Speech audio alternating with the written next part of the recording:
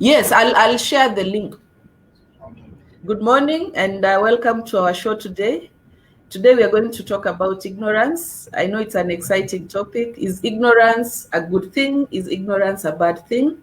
There are people who feel being ignorant is actually bliss, and there are some who feel when you're ignorant, you can actually land yourself in trouble. So today we have a panel of guests who are going to help us just demystify what ignorance is all about. And we are going to bring in a clip from an Islamic perspective that actually helps us to break down the aspect of ignorance. So I'm really looking forward to this session. I know it's going to be exciting. And let's welcome our guests. Wangila, we can start with you. Just Good evening, your viewers. name, what you do in like, yeah. Oh, sorry, we've lost him. I know he'll be back. Pastor, probably we can have you. All right, good morning, and everyone, wherever you're watching us from. My name is Pastor James Haim, Senior Pastor, Springs of Restoration Center in Kitengela, Nairobi, Kenya. Okay, thank you. Karibu sana. Collins.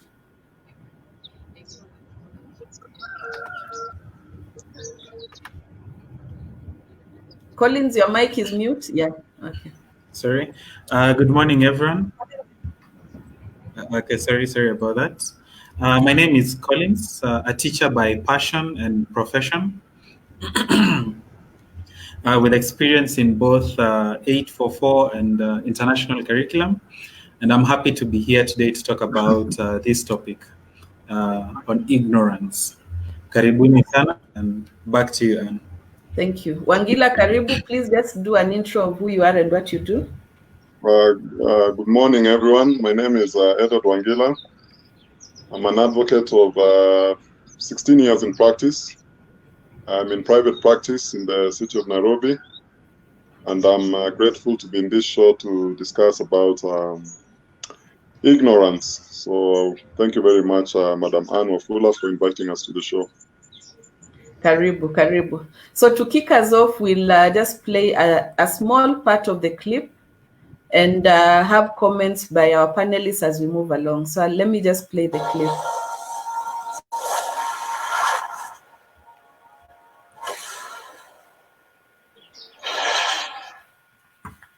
Assalamu alaikum, everyone. Welcome to Amazed by the Quran, a series in which I like sharing with you things I find amazing about the Quran.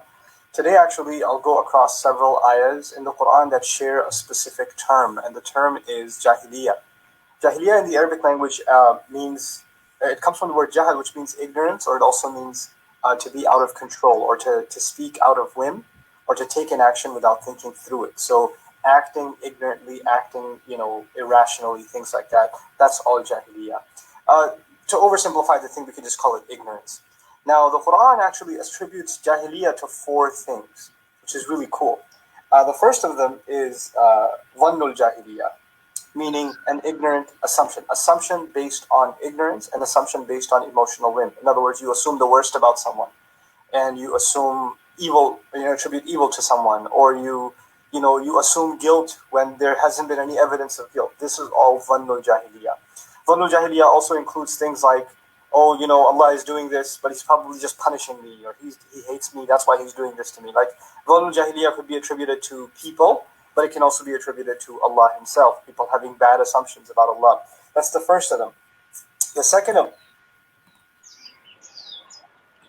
Yes, so that is the first one, ignorance based on assumption. So, Pastor, we can invite you to share your thoughts on that from a Christian perspective.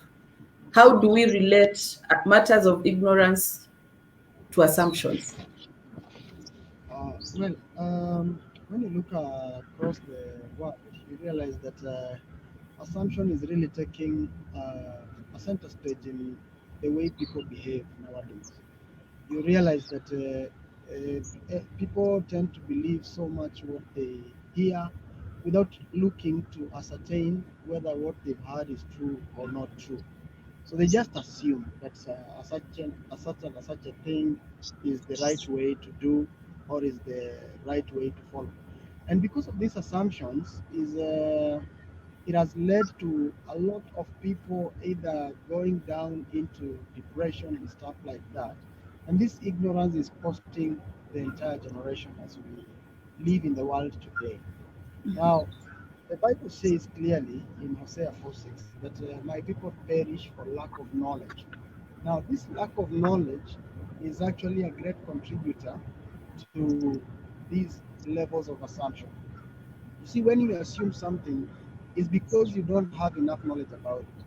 It's because you don't understand how it works or how it should work. So you just assume. And because of that assumption, you end up in trouble. Spiritually, when you assume a lot of things as a Christian, you do not get to understand what God really wants with your life. You do not get to understand the purpose for which God created you. Because you just assumed that, I am born, I am supposed to live, maybe I'm supposed to marry, and at some point I will die. But if you seek to understand what God wants with your life, if you seek to understand why am I alive,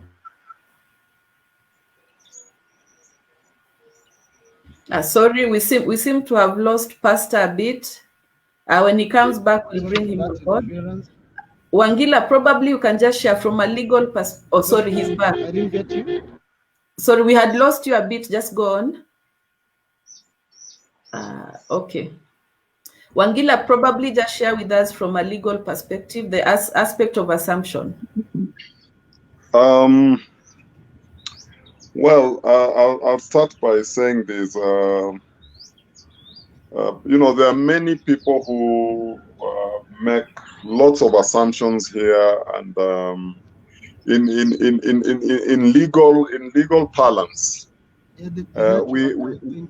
sorry, I'm traveling, so the network got disconnected a bit. In legal parlance, you can hear me now? Wangila, just a sec. Sorry, Pastor, we'll come back to you. Let Wangila just finish and then we'll come back to you. Okay, Wangila, just finish. Yes. I was saying that in legal parlance, we have a principle in law. It's a Latin principle. I mean, there's a Latin maxim or principle in law that says, "Ignorantia iuris non excusant." What that principle essentially means is that a person who is unaware of the law may not escape liability merely because they are unaware of the content of the law.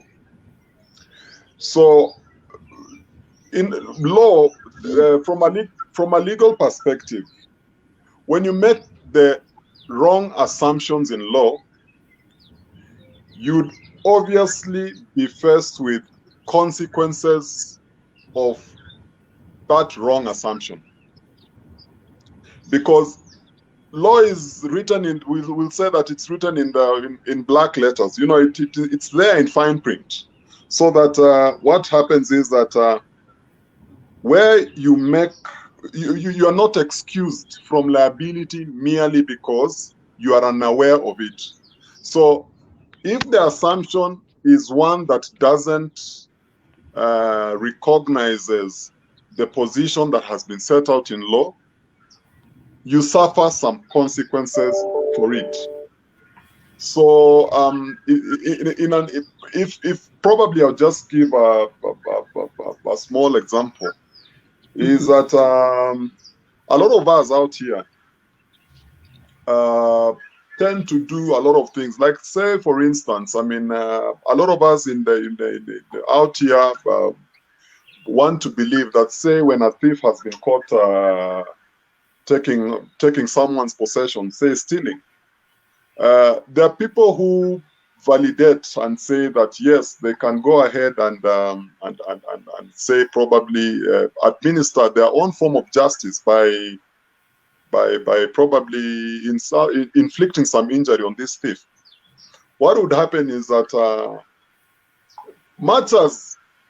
there's an assumption that yes, this thief needs to be punished, but people must remember that the law is also there to protect the thief.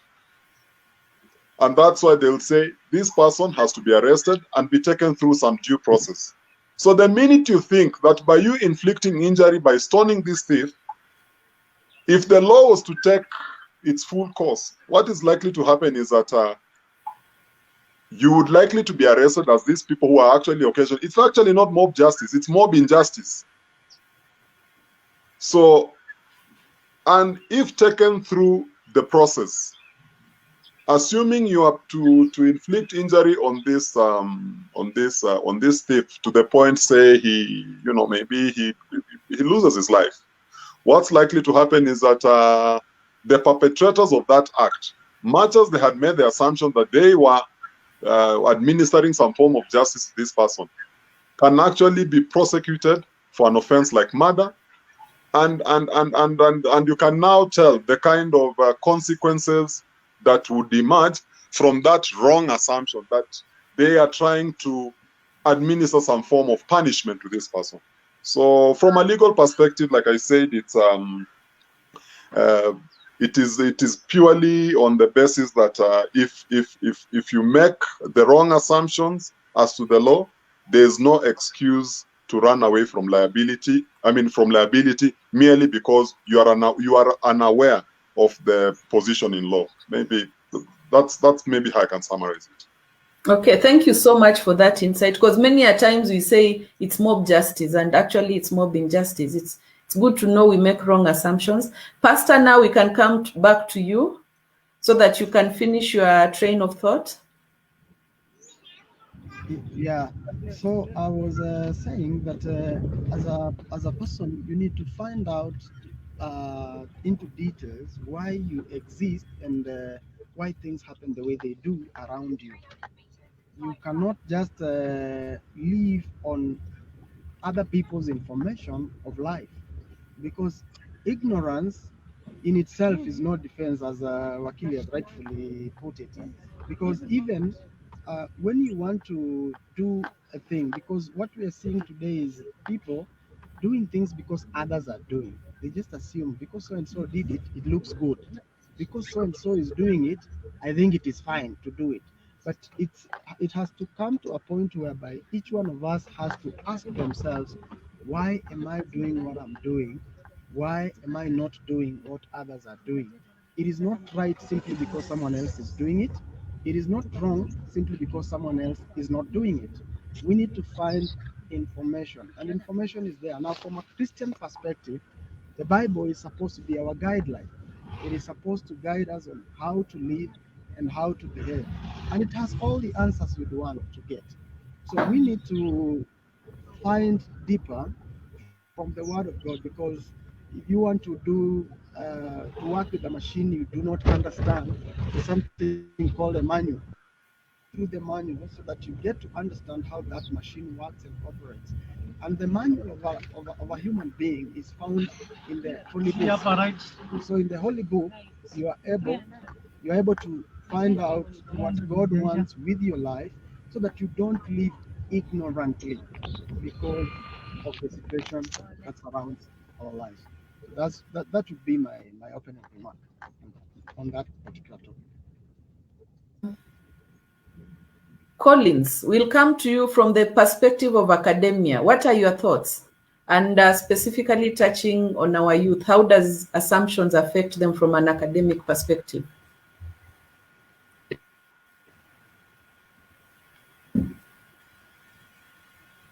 Collins? Okay. For the opportunity. Yes. Hello, I hope you can hear me. Yes, you can.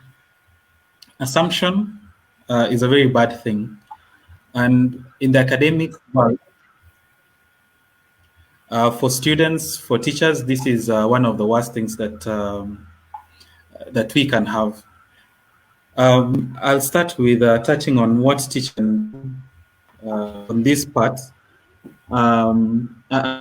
Kill students. If a teacher assumes that all students are the same while preparing for a class, then at the end of the day, the teacher will lose the students who learn differently.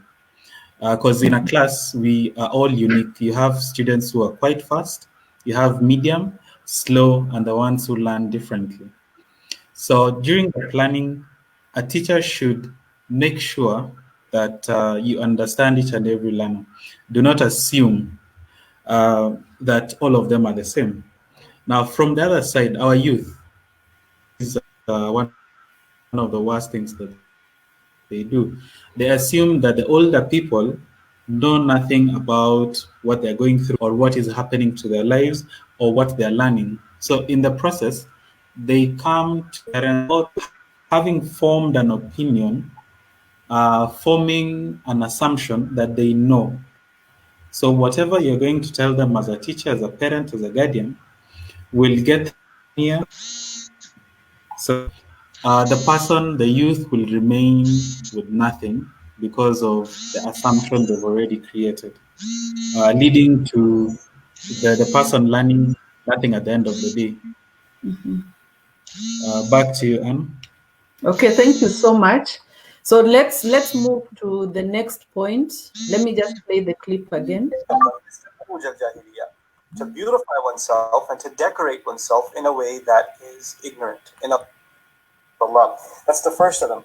The second of them is tabarruj al-jahiliyyah, to beautify oneself and to decorate oneself in a way that is ignorant. In other words, human beings naturally have a desire to beautify themselves and to dress well, to live well, to have a beautiful ride, to live in a beautiful city, to move to a beautiful neighborhood, to go to a beautiful place for vacation. These are things, attraction towards beauty is something that naturally comes with human nature. That's something Allah put inside of us. But at the same time, there is such a thing as decorating and adorning oneself in a way that is jahil. In other words, things that violate the code of decency that is clearly outlined not only by revelation, but is also embedded inside human nature according to our faith. Right? So people want to dress in ways that are provocative or overly exposed or indecent, and yet they consider that to be beautiful. Tabarruj al-jahiliyyah could also be, somebody uses vile, filthy language and they think that that's cool. That's a new kind of tabarruj nowadays, a new kind of beautification. Is the more vile and the more vulgar somebody is in their speech, the cooler and the more acceptable that is.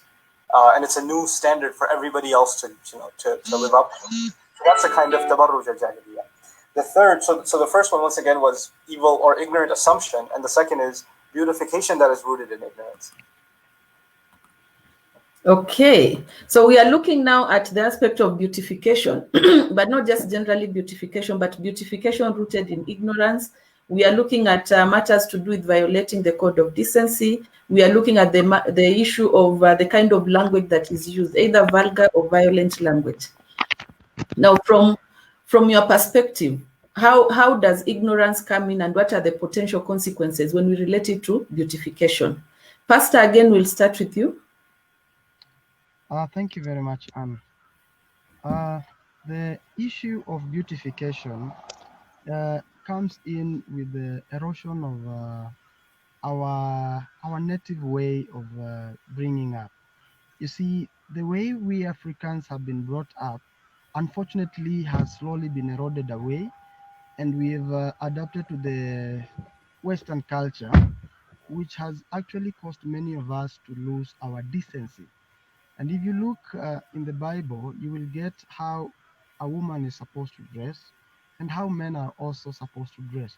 And basically, without going into much details, it is only fair and it is only decent that everyone dresses in a way that is respectful to oneself. For instance, when you look at our people, our young generation today, the youths today, if they are going to look for a job, they will dress in a certain manner. But you wonder what comes upon them once they get that job. A person will present themselves dressed decently as they are looking for the job. But after they get the job, I don't know what comes over their minds again.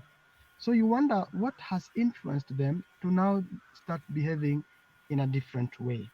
We need to understand that it is not a business of exposing our bodies for us to appear beautiful, because beauty, in as much as people would say that beauty is not just in the heart because we do not walk with x-rays to to see the heart. But also it starts from outside, because people will address you by how you dress. They will look at you and make a prejudgment even before they interact with you. There are people that will lock you out even before you start saying what you have, just because of the way you are presenting yourself. And that is a lot of ignorance that we are seeing in our young people today, because they think that, there was a hashtag that did rounds a while ago in this country, my dress, my choice. But as you do my dress, my choice, you realize that it gets to a point your dress is not your choice. You dress for an occasion. Actually, that is a lie. It's a perversion. It's a lie from the enemy, because your dress is not really your choice. Because you dress based on what you're going to do. If you're going for a funeral, you'll have to choose a black suit, for instance.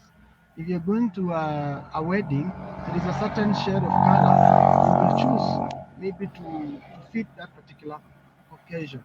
And we cannot afford to continue being ignorant in how we adorn ourselves, in the sense of trying to achieve some beauty levels. Look at the kind of makeups people apply today. We have seen the side effects. And even though people continually see the side effects, they have ignorantly continued to use some of these products that are harming their skin. I watched a documentary the other day, and the journalist was taking us through the lives of those people that have been affected by what they used to do while they were still young. Now, at an advanced age, they are no longer either able to purchase those creams, those chemicals they were injecting themselves or applying. And as a result, their bodies have now started responding to what they did before. Now, this is pure ignorance, because right now there is someone that is watching such a clip but ignorantly says, "Ao ni wao na mimi ni mimi." You see, they can see the information, but they choose to ignore. They just choose to, I want to look good now, I want to have it now. But you see, there is that saying that you can't have your cake and eat it. If you want now, and you are not considering about tomorrow, when age comes knocking, now you realize these things are not good.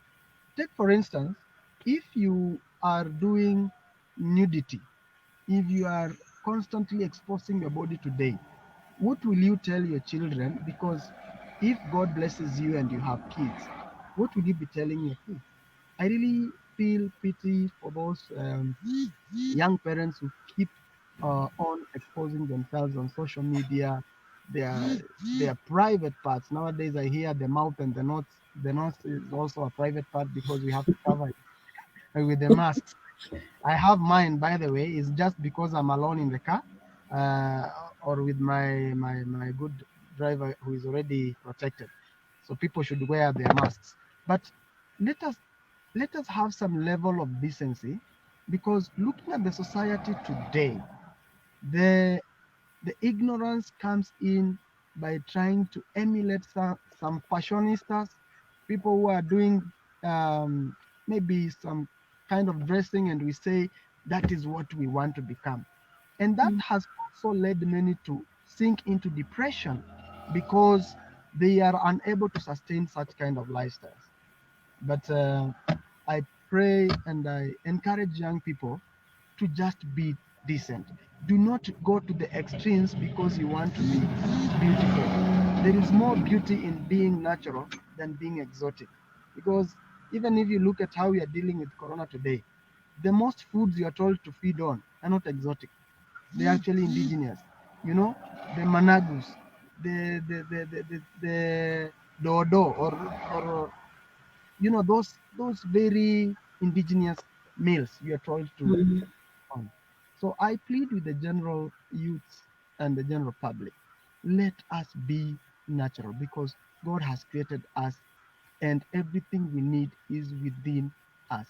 Let us not go on doing this nudity. Let us not go on applying these excessive makeups just to please somebody at the expense of our own values, at the expense of our own future. Yes. Thank you very much, Pastor. Collins, I'll come to you. From an academia, the aspect of beautification, how does it affect the youth, and what is it that they can actually do to be able to have more facts and make more informed decisions?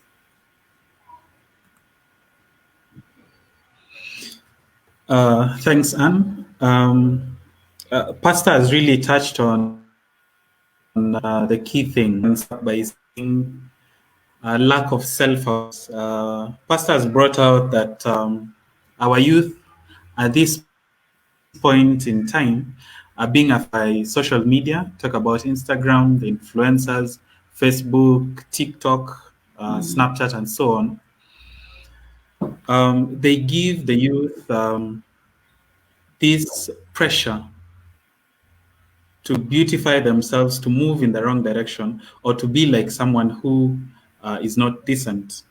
So this brings a problem whereby our youth will use a language to make them feel cool, languages that they see in movies and films, dress in ways that exposes them, which are not decent. And I like what Pastor said. When the youth go looking for work, they look for it dressed properly. I think it's metaphorically, and some of them come in with a very nice behavior at the beginning, but due to pressure from maybe friends or even co-workers there, they change their behavior totally. If they were coming in early at 7, they start coming in late at 9 a.m. So from those sides, and the influence is from what they consume, because we understand that garbage in is equals to garbage out. But why do we have this influence? It's because we have a huge problem with self-awareness. The moment I understand myself, I am who I am. I am Collins. I am A, B, C, D. I'm supposed to do A, B, C, D. I'll stick to that and stick to my line. I'll not follow anyone. So for our youth out there, this type of ignorance can be easily avoided by 1, understanding yourself, 2, choosing the right company and choosing the right things to consume, so that at the end of the day, whatever you consume will build you, not destroy you. That is my view on the same. Back to you, Anne. Okay, thank you so much. So far, we've been able to look at ignorance based on assumption. We've looked at ignorance, that beautification actually that is rooted in ignorance. Now let's look at the next form of ignorance. Evil or ignorant assumption, and the second is beautification that is rooted in ignorance. And the third, there's only 4. The third of them is hamiyat al-jahiliyyah. Hamiyya actually means ganging up or siding with someone ignorantly. In other words, your affiliation, your loyalty belongs to a group, and it's really not rooted in anything rational at all. You know, like people become crazy fanatical fans of a sports team, ready to fight another team after a match. That's a kind of like a hamiyatul jahiliyyah. Or somebody is so convinced that their tribal lineage is superior to the neighboring tribe, and they are willing to insult the other, look down on the other, almost consider them less than human. This hamiyatul jahiliyyah can manifest itself as tribalism. It could manifest itself as nationalism or obsession with sports teams and things like that. It can also manifest itself even within Islam as my school of thought or my shaykh or my group or my...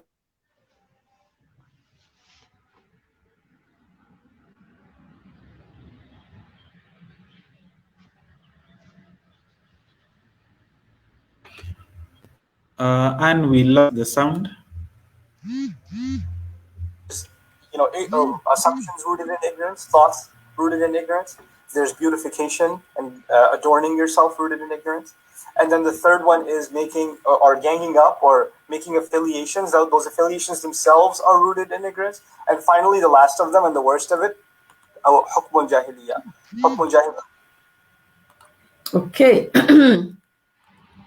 Sorry, I hope we got it. When I did the mute, I hope we didn't lose. Sorry about that.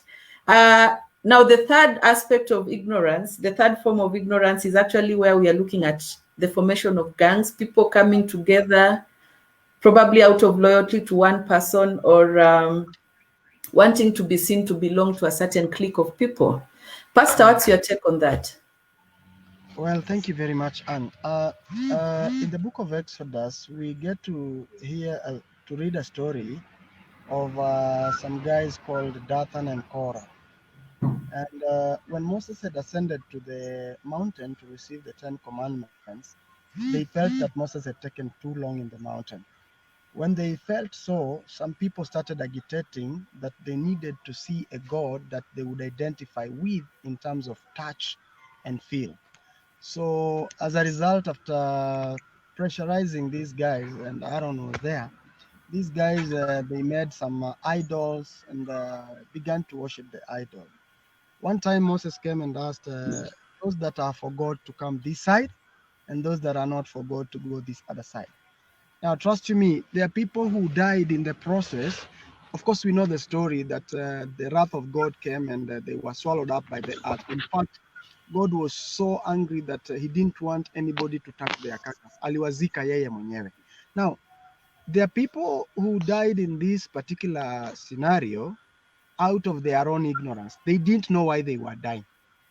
They didn't know why they accepted a certain influence to make a judgment in what they did. Now, in life today, there are people who are carried away by euphoria. They are carried away because a certain group is doing this. Why am I the only one who is not doing? So you want to join them so that you be like them. And that kind of an influence brings a lot of harm to the youth today. For example, there was this thing that trended some while ago, hashtag ifikie wazazi. And it began by some few guys who just went to the streets and decided to be taking some funny photos. Maybe they had a good agenda in the beginning to take some nice photos, but later on it slowly gravitated towards nudity. Mm-hmm. It bordered on pornography and something of that sort. But at the end of the day, because of the influence that it carried, many young people were driven into that. And they started taking photos all over the country without really understanding why. This is now trying to be not to be left behind. Let me take you a little bit back again. You know, history is interesting because if you want to be a good minister, you also have to understand the people you're ministering to. And the young people recently were carried by something that was called Malwede. Can you remember that thing called Malwede?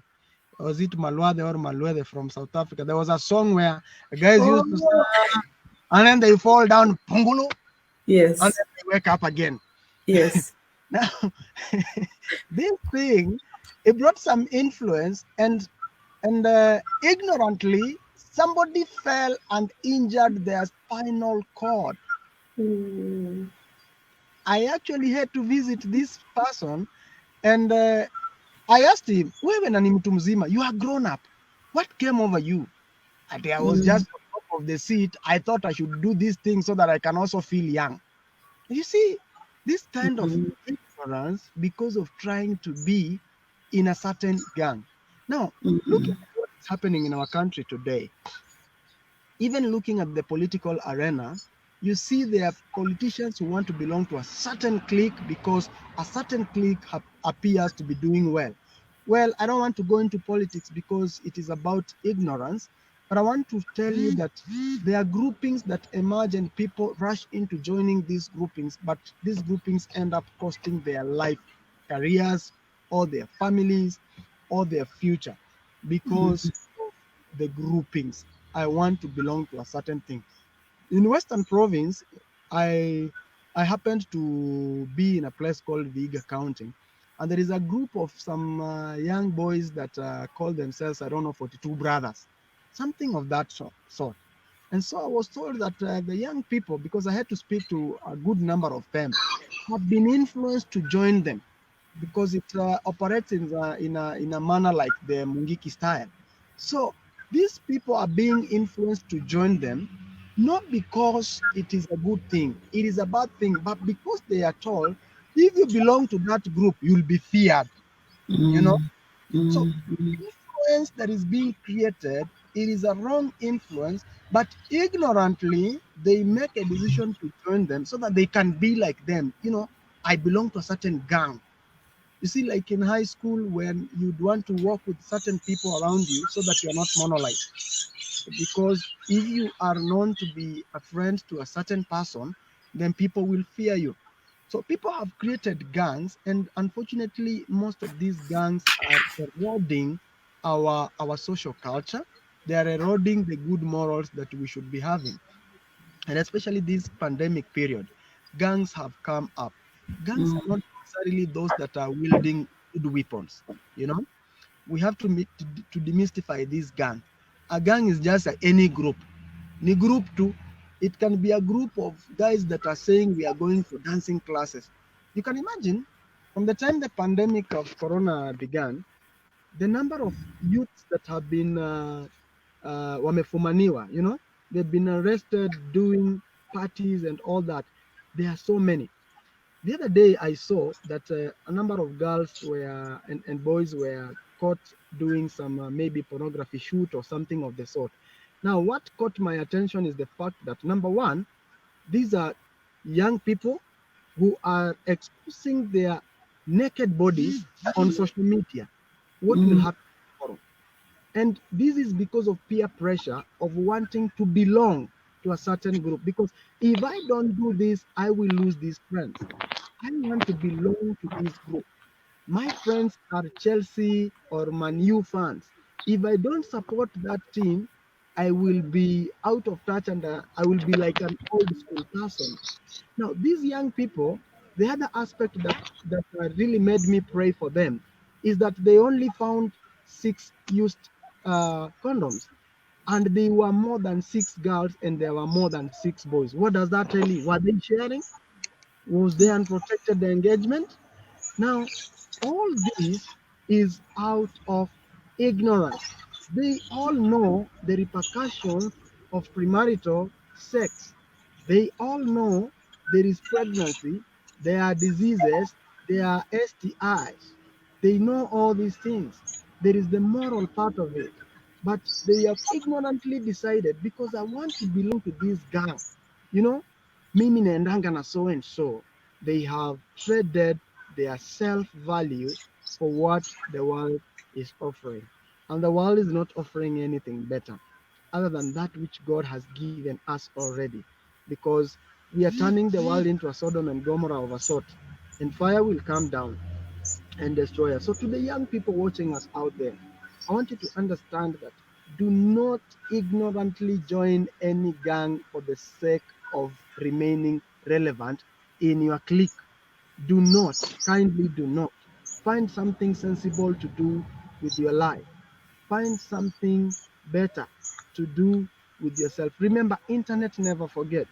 This clip you're watching today shall be pulled out from the archives 50 years later when I'm gone, when I will not even be there. What will my grandchild be shown? Atambiwa, we know your grandfather.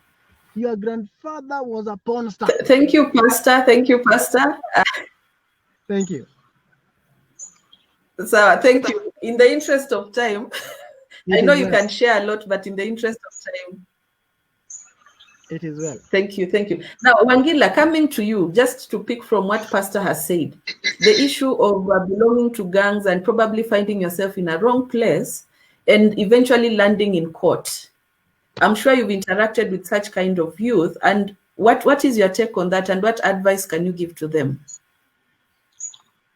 Well, I'll go back to the first, my premise of the discussion this morning, and that's from a legal perspective, where I was saying that for law it's a basic norm that any form of ignorance of the law is not excusable.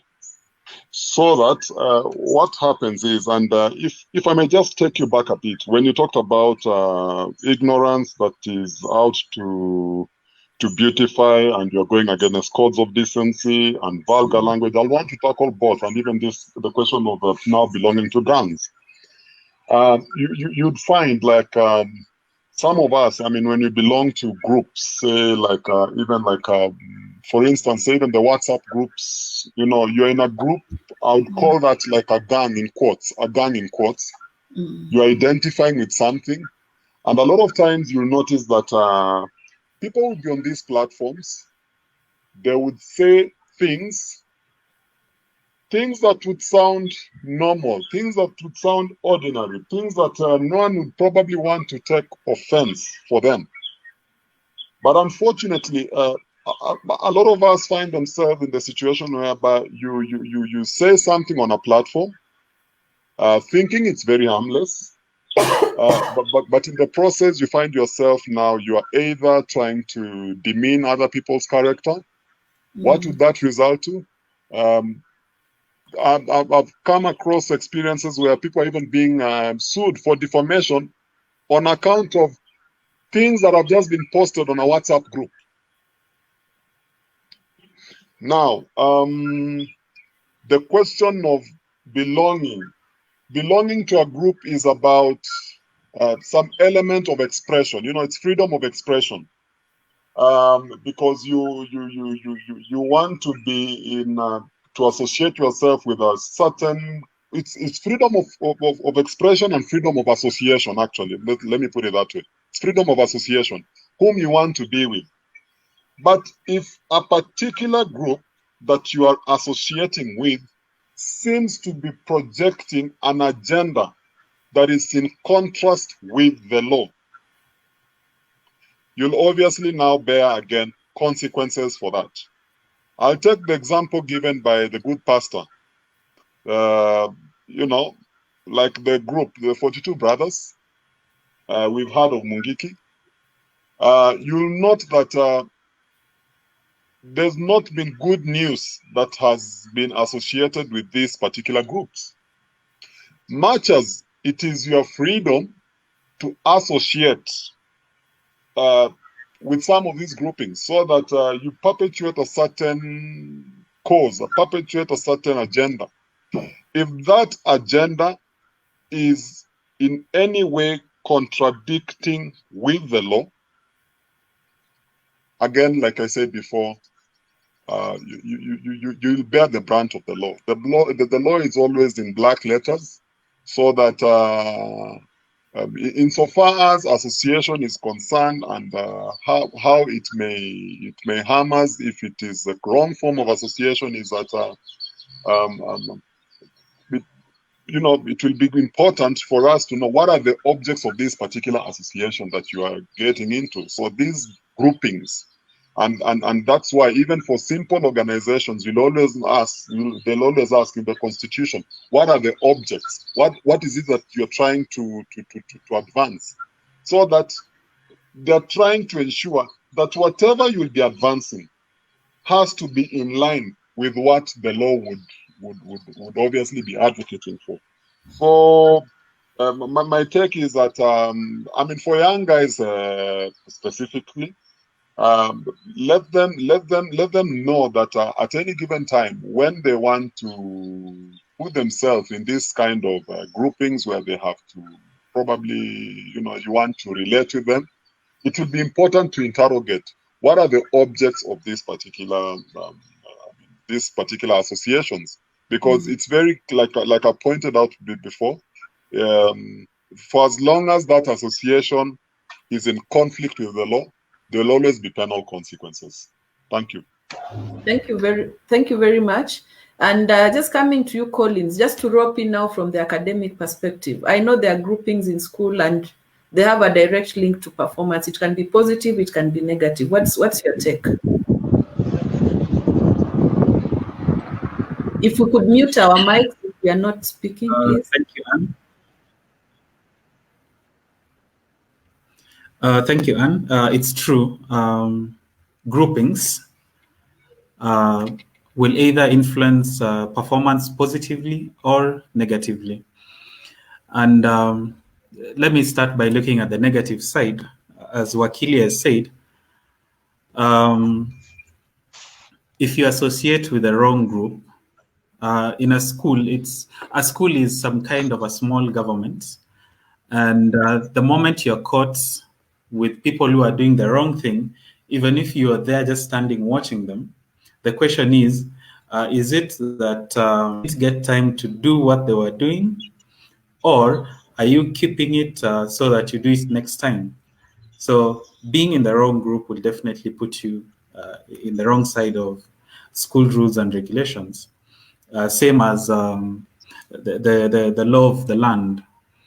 Now, if we look at it from the positive side, if a student decides to associate with learners who study a lot, do the right thing, they're going to do well. But the thing that we should always ask ourselves is, where does the rain start beating the students? Where does it all go wrong? And this will take us back to self-awareness and rejection. You'll find that a good percentage of the students who are going to be in the wrong cliques, wrong groups, will face rejection, probably from home, parents or guardians, or they get a lot of pressure from parents and guardians at home. So when they come to school, they're trying to fill up a gap, or they're trying to get someone who's going to approve them and say, you're doing good. So you'll find them, they'll ignorantly be loyal to a student or someone. If it's youth in our universities, they'll be loyal to a person who is pushing them in the wrong direction, but simply because that person is accepting them and misusing them after their rejection they've gotten from home. The pressure again, if there is too much pressure, they look for a place to diffuse the pressure or reduce the pressure, and that is by joining the wrong groups.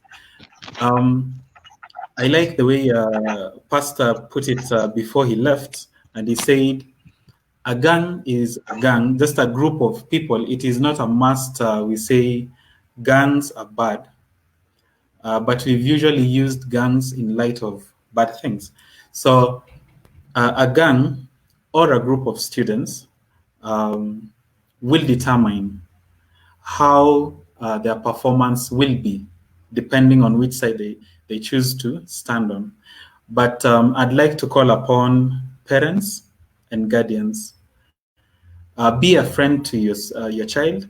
Be a friend in a way that you can guide them so that they can be able to explain to you if you're pushing them too hard, or if there's something wrong before they go too far and the law catches up with them at the end of the road. Back to you, Anne. Thank you. Wow, quite some insights there. And I'm hoping that our viewers are getting some pointers on what to do with the issue of ignorance. So let's look at the clip for our final aspect of ignorance and just see what it is and how it affects us on a day-to-day. Finally, the last of them and the worst of it, hukm jahiliya. Hukm jahiliya, the affiliations themselves are rooted in ignorance. And finally, the last of them and the worst of it, hukm jahiliya. Hukm jahiliya is the decision-making that is rooted in ignorance. Entire decisions are made because of just whim, for nothing more, you know? And you know what's really remarkable about these four? There's a progression here. Because if a society, what becomes rampant in a society is people just make assumptions about each other. And when people are obsessed with the outwardly beautification, so much so that they're even willing to violate the codes of decency. And all that matters is what looks good to them. And then the standards of what looks good gets more and more and more vulgar, right? And then on top of that, they're in these two standards, they're now ganging up with each other. And they're all like, they're united then, and nobody can question it. This becomes the new standard of morality for humanity. Nobody can actually criticize it. When that happens, then the rules, the verdicts, the impositions that they will put on society, those verdicts, the hukam, will actually be rooted in ignorance itself, hukm jahiliya. And when it comes to that final phase, all that's left for that society is corruption and eventually destruction. So Allah criticizes ignorance, but He actually breaks ignorance down into like four things. And the last one, meaning a society governing itself by ignorance, is actually the final phase. There are other previous steps that come in, And so I find this actually absolutely remarkable that Allah Azza wa Jal pinpoints where Jahiliyyah begins. What are the precursor steps before a society lays itself to ruin? Allah Azza wa Jal make us a people that are against Jahiliyyah in all of its forms and are able to identify that kind of ignorance and that kind of irrational behavior in ourselves and in the people around us, and are able to become people of reason and sound judgment. Barakallahu li wa lakum. Assalamu alaikum wa rahmatullahi wa barakatuh. Assalamu alaikum wa rahmatullah. Wow, this I think is the epitome of our discussion. It's actually deep. Let me start with Wangila this time, and then I'll come to you, Pastor. Wangila, from a societal perspective, what is the cost of ignorance? Your mic is mute. Sorry, thank you, Anne, for that insight. What I was going to say is, what's the cost of ignorance in society? The cost of ignorance is quite immense. From a legal perspective, I mean, I probably may want to use examples as the best way of trying to explain this. Like I mentioned before, I'm a practicing lawyer. I go to court on a day-to-day basis.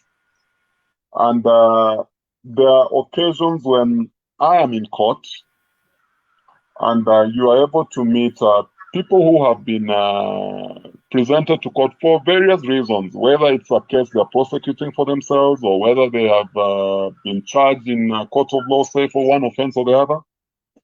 And at times, you realize that some persons find themselves in a lot of difficulty. Either now they say get wrongly convicted merely because they did not understand, like the whole process, going to court. Because a person would probably be asked, like take for instance, like when you go to court, they will ask you, you are accused of a certain offense. Do you plead guilty or not guilty? So there are occasions someone will say, yes, I plead guilty. But there's the second question that the court would ask. The second question would be, can we we'll set out the facts that, explain the offense that you committed. And usually, a lot of them, when they're given that opportunity, they will start saying the story about, yes, I did this thing, but it was because of this reason or the other. A lot of judicial officers, when it gets to that point, matters you have pleaded that you had already pleaded that you are guilty, they would enter a plea of not guilty, because they're seeing your explanation is trying to contradict your plea already. The cost of that is that it like there's a lot of judicial time now wasted because you have to go through these endless trials. That's one. Two, again, like I said, the law, the good thing about it, Madam Anne, who's hosting us for the show, it's static. It's always static. So when decisions are made based on wrong whims, like I said, consequences will always follow. That's the good thing about the law. It matters not whether you are looking at it emotionally. It matters not whether you are looking at it from a secular perspective. The law is always static. So the issue is that when you make, if your whims are such that they are wrong, it follows that what would happen in that case is that whatever decision it is that you've made, in whichever way it contradicts again to the law, and you realize even this discussion, insofar as the legal perspective is concerned, it's always the foundation is whether there is a contradistinction with the law. So because of that aspect of the law being static, it doesn't change unless, well, people do it. So that what I'll just say is that the cost of ignorance generally in society is that it makes the cost of doing things are very expensive. You also have to waste a lot of time because you have to explain a lot of things. A lot of resources have to be spent, like for instance, in courts, they'll have to, even just for proceedings, because they understand that some of the people who come before them are people who might not be well versed with the processes. Courts will have to hire interpreters. Courts will have to hire specialists just to explain certain things to people. So it makes the whole process or the cost of even say running the government very expensive because people don't seem just to understand some of these basic things. So I mean, probably so as not to probably taking so much time for the other presenters, maybe I'll want to end it there. Thank you so much, Wangila. Pastor, will come to you. What is your contribution to this, the impact of ignorance on society? Well, when we talk about moral decay, it's very wide and it goes deeper than what can be covered even in an hour. However, in a nutshell, is the society, we have a responsibility to shape our yardstick. You see, what we call right or wrong largely depends on ourselves. There are places that people have accepted, for instance, gayism as a normal way of life. But there are places you will try to force that down our throats, and we'd rather die than accept that. So again, the issue of because we are handling the part of the moral decay, and the generally accepted morals that we have either imported or learned from other people have contributed to some level uh, of how people take it in life. For instance, now, if you look at even the kind of leaders we elect, some of them are unfortunately being considered as the pace setters of what the society should be like. And if you look at their behavior, if that is what to go by, then it actually means my good friend Wangila should be representing all of us in court, because we are not supposed to obey any court orders. We are not supposed to obey any Ministry of Health guidelines. And all this is because of the yardsticks that we are looking at, because of the people that are ahead of us, expecting we are expecting them to show or to lead the way. Also, if you look maybe in the church today, you realize that we pastors are receiving a lot of bashing of late, because everybody says, church is business, pastors are this and that. But why is that so? It's not because there are no good people, it's because there are few rogues, and those few rogues, unfortunately, have what it takes to show to the world what they are made of. These rogues are the ones that will be so much on TV, on social media, and all that. But there are very many that are doing a good work that we could use as pace setters, but because they don't have maybe the capacity to be seen or to be heard, then their wisdom goes. A story is told of a poor man who had the wisdom to save his entire country. But because he didn't have the capacity to deliver his wisdom, the country perished, because the country was being governed by some unwise men. Now, when we come to moral decay, this is my charge to the parents, even before we come to the young people. I would want to charge the society in terms of the parenting. Let us come up with communities that we can have some agreed, thresholds of our morality, such that if I hear my child is with Anne's children, I am comfortable, because I know with Anne, my kids will learn the right things. And if I hear is at Collins' place, I'll know, Teacher Collins, yeye amelea watoto wake in a good way. So it also comes back to us as parents. Recently, there was a clip that did rounds of a small boy that was speaking vulgar language and abusive language to even adults, sending threats to even adults that he has no control over. And one would ask, where was the parent when this kid was recording? Of course, we will say, nowadays parents are busy, we are working, we are doing all this and other. But do we ever take time with our children to find out what they have learned during the day. One friend of mine recently, before the pandemic, resigned. I don't know if he would have resigned if the pandemic had already begun. But why they resigned is because one day the wife told the children uh, to do some assignment. And the child told the mother, Auntie alisema haifanywangi hivi, inafanywa hivi. The mother said, no, you should do this. Na nisikupate umeenda mahali fulani. And the child told the mother, nitakusema kwa auntie. Na auntie atakuchapa. Now the woman realized she had lost it completely, totally. She was not in control of her own child. It is the aunt that was in control of the child. Now then the question comes in, what is the aunt feeding the child? Not the food, not the kukula kwa tumbo. What are the people that are spending most of the time with our children teaching them?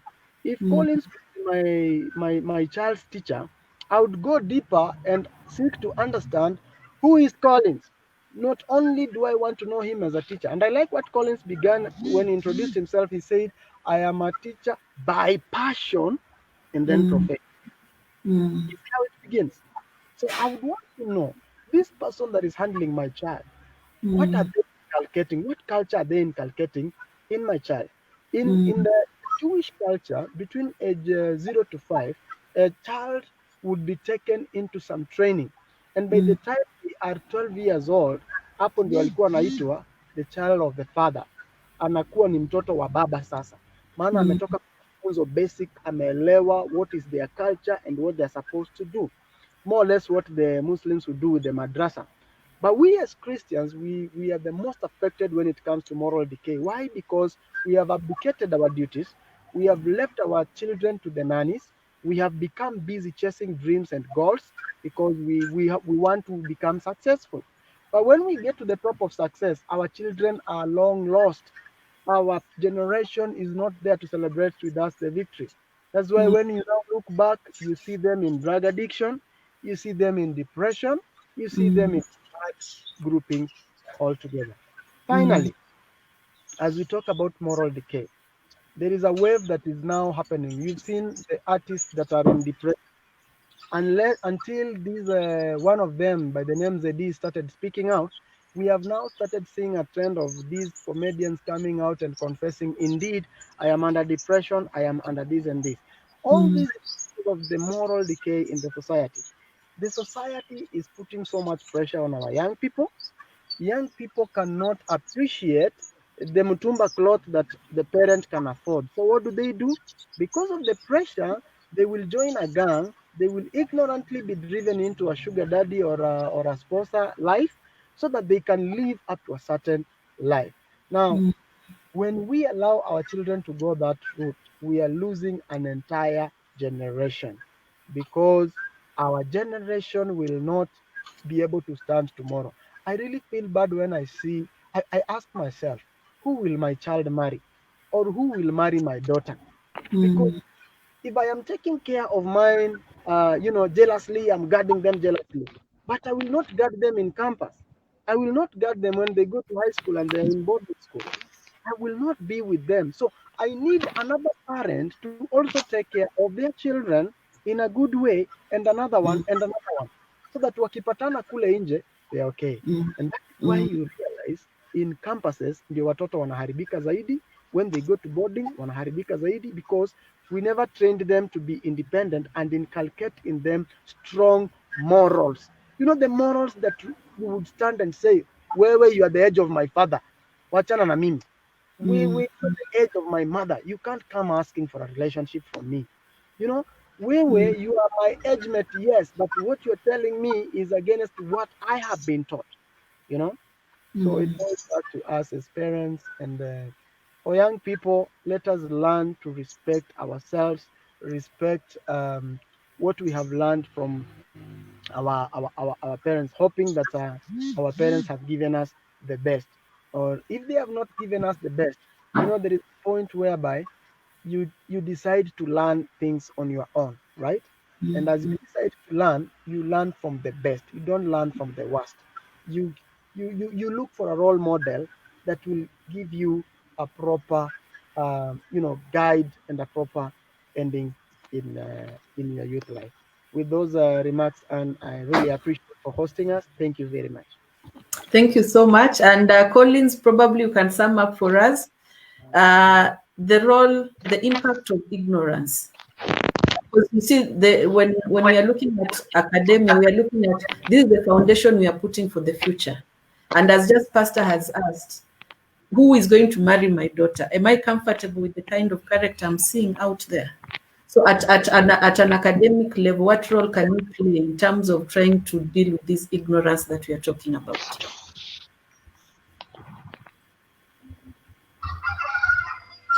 Thank you very much, Anne. And Pastor, umenena kweli.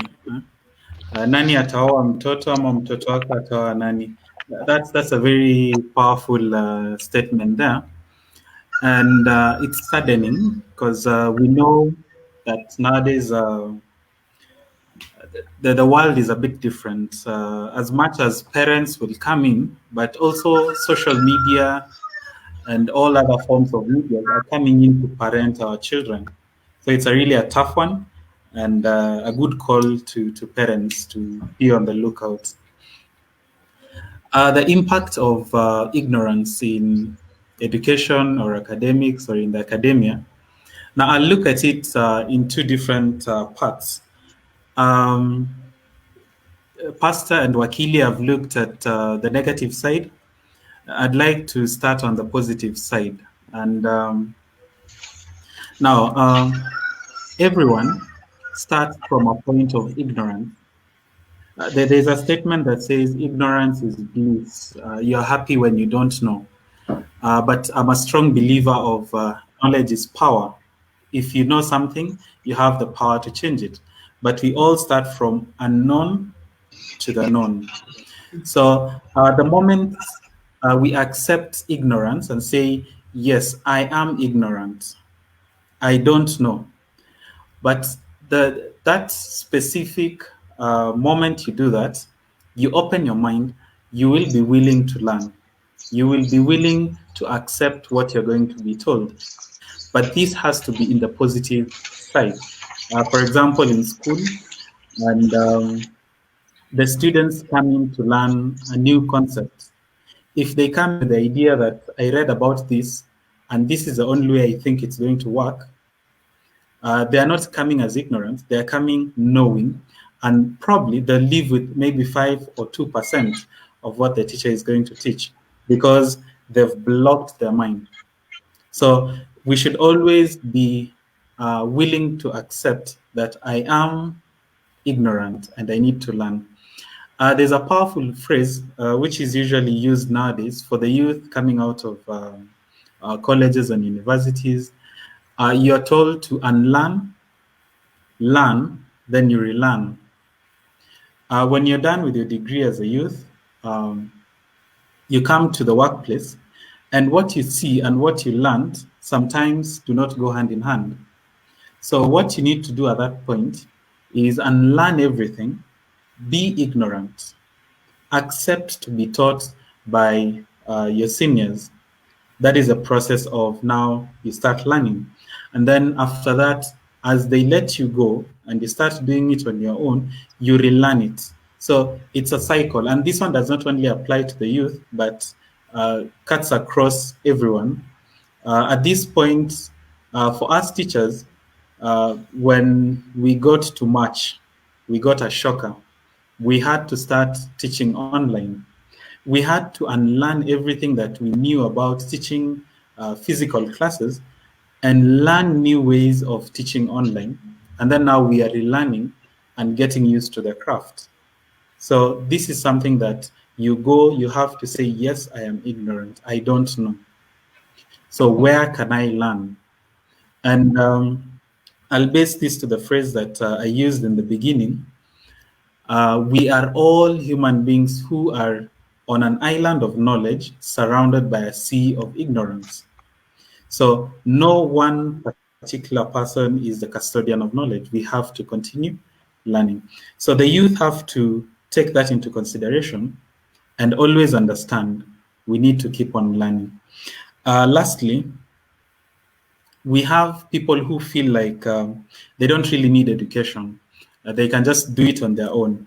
And you hear stories of someone dropped out of class 3, or someone picking the story of Bill Gates and the owner of Facebook and using it as an example of why they should drop out. But I'd like to leave them with this quote, which says, if education is expensive, try ignorance, and you'll understand why education is very, very important, not only to get a job, but to expand your mind.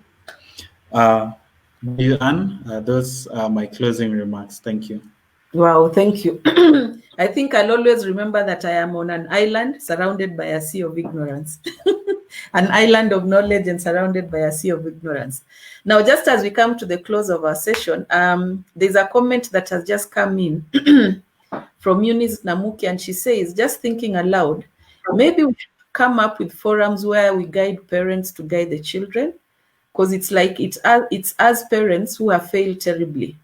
It's always said watoto wa siku hizi, but I think we should say wazazi wa siku hizi.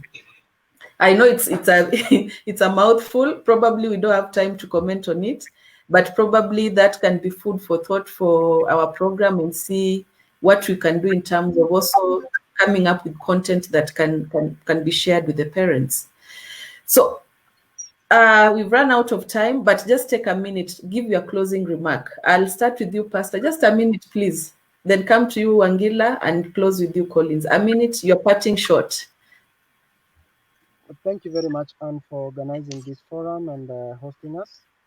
To the viewers out there, responsibility begins with yourself.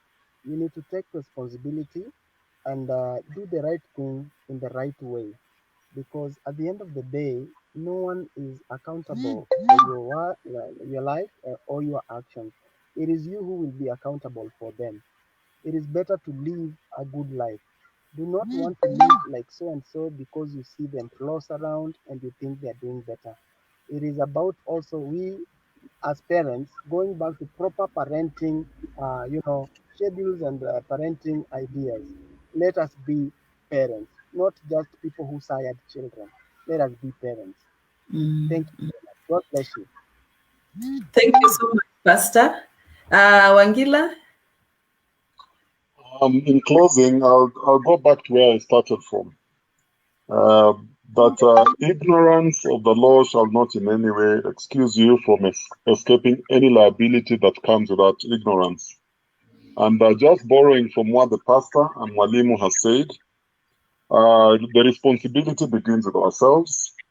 We have to take the responsibility to learn, like Mwalimu has said. For young people, please note that the ignorance that at times we exhibit out here can come very costly, and we must be willing to act in accordance to the expected norms. You know, like when it comes to legal issues, we ought to act in accordance to those expected norms.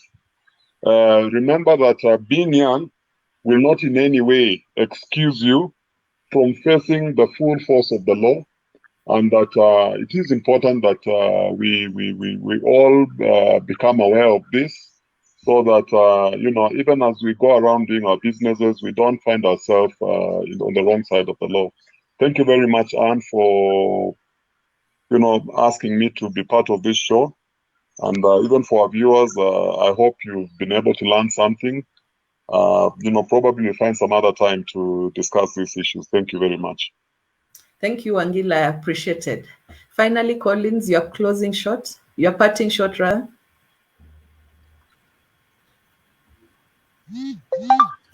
Okay, thank you, Anne. Thank you to Akili and Pastor, to the youth out there, and to everyone, even the parents. We should know that we have two types of ignorances. We have destructive ignorance, the one that will lead you to trouble, and we have constructive ignorance, where you accept that I don't know, and you're willing to learn. So let's keep that in mind, and we take responsibility, be the drivers of our lives and not the passengers. Thank you very much. Thanks, Anne, and back to you. Thank you very much. I would like to take this opportunity to, first of all, thank our guests. Pastor, very short notice, but we really appreciate.